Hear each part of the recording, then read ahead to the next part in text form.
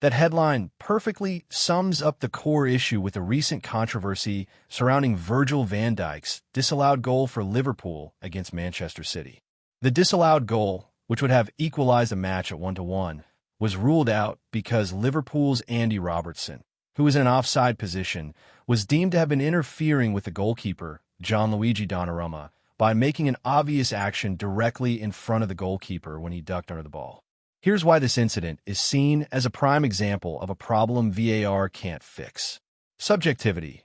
The decision is based on a highly subjective interpretation of the laws of the game. Law 11, specifically interference with an opponent. The question is, did Robertson's movement, even though he didn't touch the ball, impact the goalkeeper's ability to make a save? The on-field VAR view.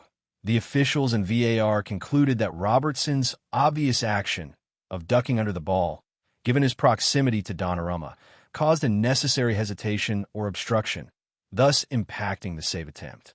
The counter view, many, including Liverpool's manager and players, argue that Robertson was actively trying to get out of the way and that his action didn't impede the goalkeeper, who may not have saved the powerful header anyway. VAR's role.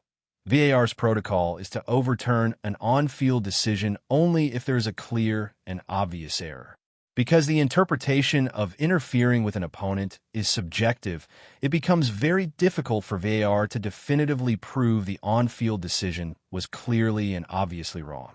If the on-field referee makes a subjective call that is not unreasonable, VAR is instructed to stick with it. Inconsistency. Critics also point to similar past incidents, like a Bernardo Silva goal for Man City against Wolves last season, where an offside player near the goalkeeper was deemed not to be interfering, highlighting what appears to be a frustrating inconsistency in applying the subjective rule.